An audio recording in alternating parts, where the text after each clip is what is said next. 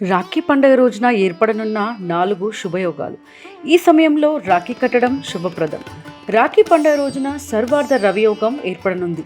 ఈసారి ఆగస్టు 19న రాఖీ పండుగను జరుపుకోనున్నారు. ఆగస్టు 18వ రాత్రి భద్రనీడ ప్రవేశం చేయనుంది.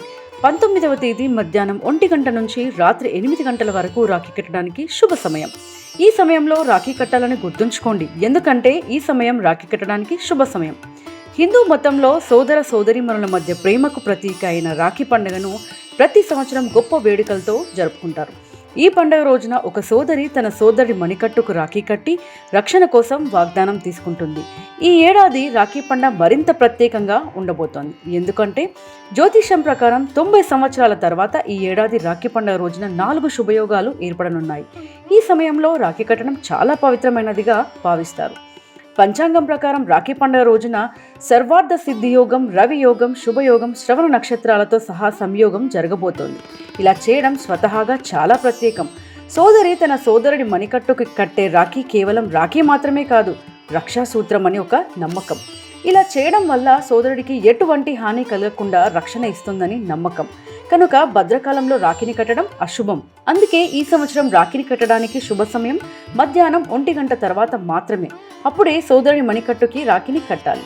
రాఖీ కట్టడానికి అనుకూలమైన సమయం పంచాంగం ప్రకారం ఆగస్టు 19వ తేదీ సోమవారం మధ్యాహ్నం 1 గంట 26 నిమిషాల నుండి సాయంత్రం 6 గంటల 25 నిమిషాల వరకు రాఖీ కట్టడానికి అనుకూలమైన సమయం.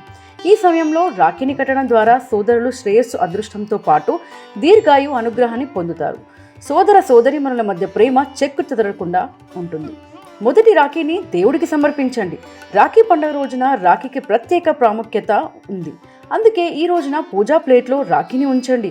ఈ పవిత్రమైన రోజున దేవుడికి మొదటి రాఖీని సమర్పించండి. ఆ తర్వాతే సోదరుడికి రాఖీ కట్టాలి. ఇలా చేయడం వల్ల అన్నదమ్ములు దేవుడి ఆశీస్సులు పొందుతారు. అంతేకాదు, రాఖీ రోజున సోదరుడికి హారతినిచ్చి నుదుట తిలకం దిద్ది అక్షంతలు వేసి అనంతరం రాఖీని కట్టండి. సోదర సోదరీమణుల మధ్య బంధంలో మాధుర్యం.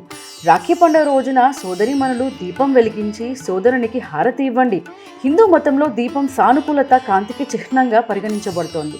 దీంతో సోదరీమణుల మధ్య ప్రేమ జీవితాంతం ఉంటుంది. రాఖీ పండుగ శుభ సందర్భంగా తప్పనిసరిగా సోదరుడికి స్వీట్ అందించండి. సోదరులకు కుంకుమ దిద్ది రక్షాసూత్రం కట్టిన తర్వాత మిఠాయి తినిపించండి. ఇలా చేయడం వల్ల సోదర సోదరీమణుల మధ్య అనుబంధంలో మాధుర్యం జీవితాంతం నిలిచిపోతుంది.